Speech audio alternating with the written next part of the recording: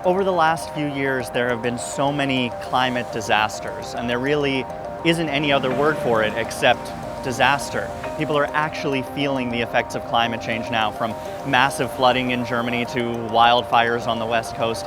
This is the opportune time for people to start getting involved in the climate movement.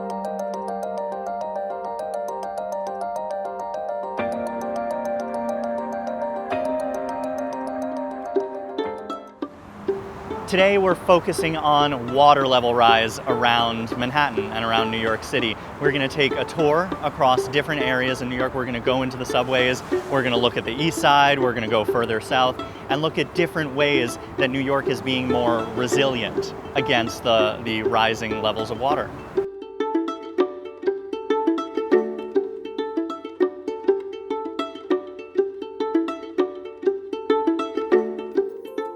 We're going to start over here on the east side and look at some incredible plans to build up park areas to prevent massive flooding in Manhattan.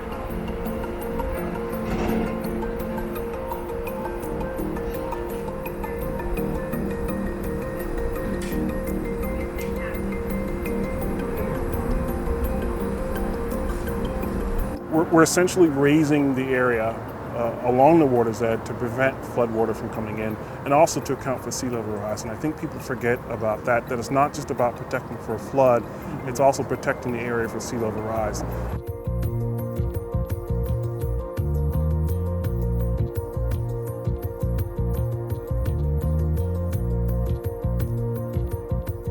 You'll see raised platforms and a series of stairs that are made honestly to trick the eye. It's not just a wall, it's a series of steps, and using different components of the flood resiliency plan for a community benefit. So the stairs can be an amphitheater, the stairs can be a place for people to sit or gather, still park, but hidden underneath that park and hidden underneath all these berms is our flood protection system.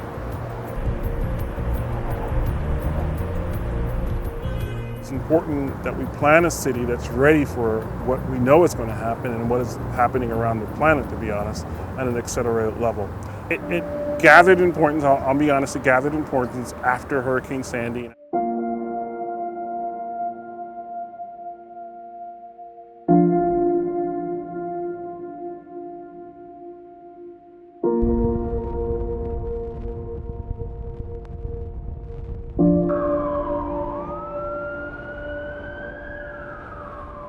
It also made me get more involved in the whole climate action process.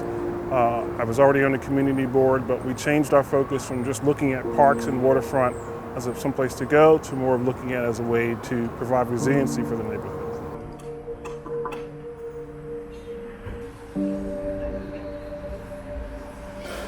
I totally understand the concept of uprooting trees and plants in order to build infrastructure.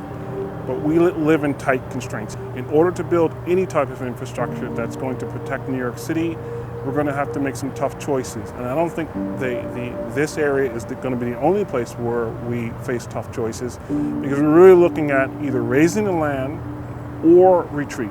Those are the only two options, or to build a giant wall that's 18 foot high. So we have to make difficult choices.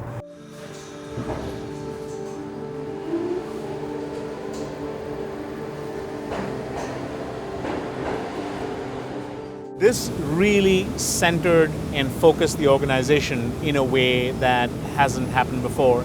But I think the challenge now for us, but also the world more generally, is not to think of extreme climate events as one-offs.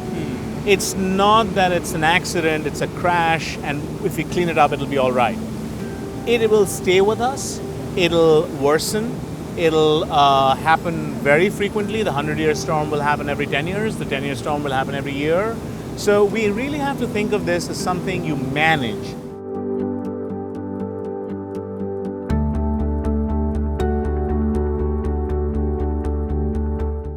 Okay, the device that we're looking at right here is a mechanical closure device, which is known as an MCD.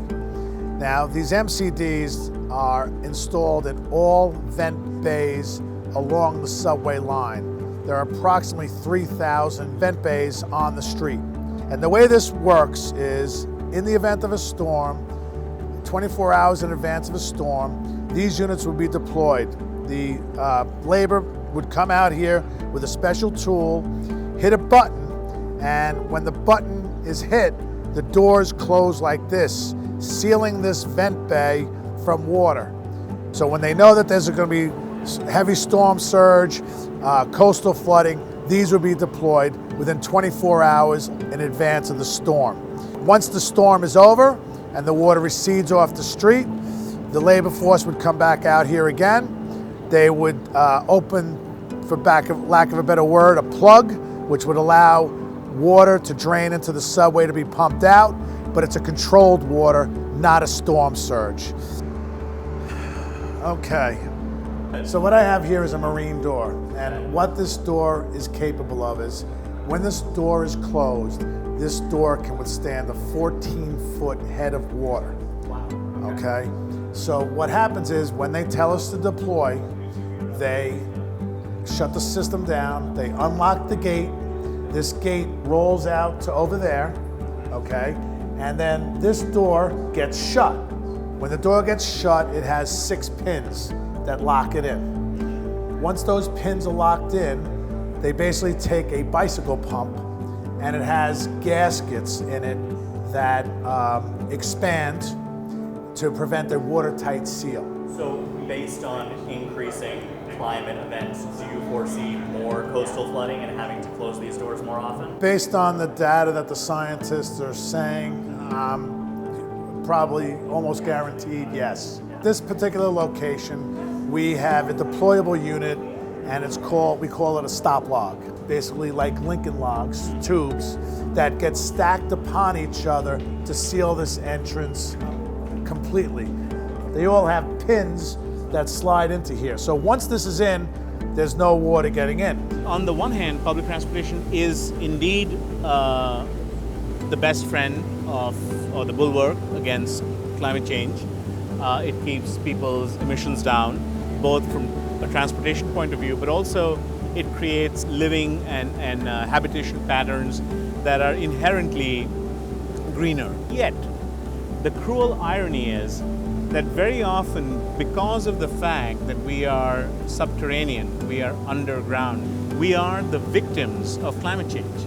So every time there is a huge precipitation, every time there's a storm event, every time Sandy happens, where do the waters go? What gets flooded? It's the tunnels, it's the under-river tubes. It's important for the policymakers to understand that our benefits will accrue slowly, but our challenges will happen, when they happen, will happen fast and furiously. So they have to find a way to balance, in terms of resources really, to fortify the system, and in some instances, small parts of it, to sort of really renew the system.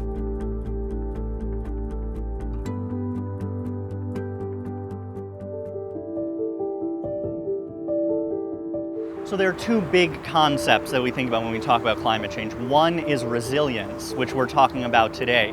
It's preventing the massive effects of climate change from the CO2 and other greenhouse gases that have already gone into the atmosphere. But the other thing we need to think about is mitigation, preventing those gases and more of those gases from going into the atmosphere. So it really is a partnership between the two. Even though we're focusing on resilience today, mitigation is such a big part of it. And again, the state and the city and local community leaders are the kinds of people that we need to engage in order to mitigate putting greenhouse gases into the atmosphere. I'm a multi-generational New Yorker, and I want my kids to grow up in New York City. And I want to make sure that New York City is a place that is sustainable. It's a place that can continue to house life, but I want to see more public green spaces, more public blue spaces. I want to see the whole city powered by renewable energy. And I want to see transportation and agriculture and fashion and music and all of these sectors that get people really excited to be powered by the kind of energy that is going to allow us to move into a sustainable future.